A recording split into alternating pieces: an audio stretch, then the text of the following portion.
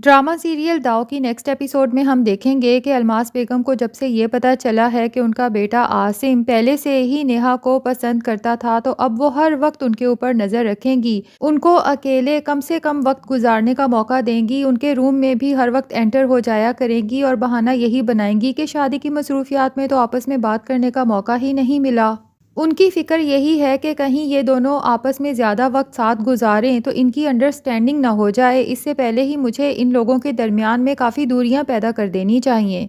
अब जब वो रूम के बाहर खड़ी सुन रही होंगी कि आसिम और नेहा हनीमून पर जाने की प्लानिंग्स कर रहे हैं, तो एकदम से फिर रूम में एंटर हो जाएंगी और आसिम से कहेंगी कि बेटा, मैं सोच रही थी तुम्हारी नई नई जॉब है, ज़्यादा छुट्टियां मत लो, कल से ही ऑफ़िस ज्वाइन कर लो। और नेहा का भी उन्हें पता ही था कि उसे पार्लर का बहुत अच्छा काम आता है, तो उन्होंने यही सोचा था कि मुझे मुफ्त में एक वर्कर भी मिल जाएगी बहू की सूरत में, जिससे काम भी लूँगी और पे भी नहीं करना पड़ेगा। तो वो नेहा से भी कहेंगी कि तुम कल से ही मेरे साथ पार्लर चलना। नेहा आसिम को उनके जाने के बाद कहेगी कि अभी हमारी नई नई तो शादी हुई है, ये वक्त तो वापस लौट कर नहीं आएगा और ये सब काम तो हमने पूरी ज़िंदगी ही करने हैं। तो आसिम को भी नेहा की उदासी देखकर आइडिया हो जाएगा कि नेहा मेरे साथ वक्त गुजारना चाहती है, इसीलिए वो नेक्स्ट डे जब अपने ऑफिस में अपने बॉस से बात करेगा, तो उसका बॉस तो उसे बखुशी 1 महीने की छुट्टी भी दे देगा और साथ में एडवांस सैलरी भी, कि वो अपनी वाइफ के साथ खूब इंजॉय करे।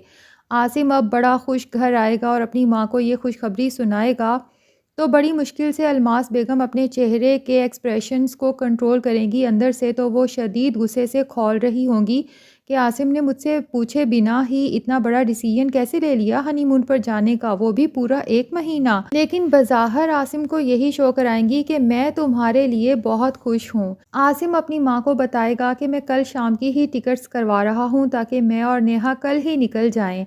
तो अलमास बेगम ने भी सोच लिया है कि इनको किस तरह से रोकना है। एन टाइम पे जब वो दोनों घर से निकल रहे होते हैं अपनी पूरी पैकिंग शैकिंग करके, तो जानबूझ के गिरने का ड्रामा करती हैं और खूब वावेला मचाती हैं। आसिम और नेहा को ही आवाज़ें दे रही होती हैं। अब वो दोनों गेट से ही वापस भागते हैं और अपनी माँ को इस हालत में नीचे गिरा देखकर फ़ौरन उन्हें ऊपर बिठाएंगे। अब अलमास बेगम को इस हालत में छोड़ के तो आसिम जाने से रहा, इसलिए वो अपना हनीमून फ़िलहाल कैंसिल कर देंगे। लेकिन अलमास बेगम भी उनका पूरा महीना इसी तरह से ज़ाया करेंगी, पूरा महीना बेड पर पड़ी रहेंगी और नेहा से खूब अपनी खिदमतें कराएंगी। बेटे को भी कहेंगी कि हर वक्त मेरी नज़रों के सामने रहो, ताकि ये दोनों आपस में तो वक्त गुजार ही ना सकें और इनके दरमियान में नज़दीकियाँ कभी आ ही ना पाएँ। जनाब, यूँ आसिम का पूरा महीना घर में ही अपनी माँ की खिदमतों में गुजर जाएगा।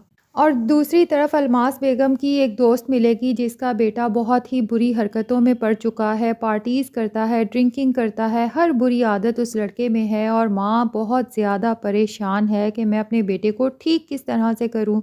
वो अलमास बेगम से अपनी परेशानी शेयर करेंगी, तो अलमास बेगम कहेंगी कि तुमने मुझे पहले बताना था, मैं तुम्हारे बेटे के लिए अच्छी सी लड़की तलाश करती हूँ, देखना बिल्कुल ठीक हो जाएगा।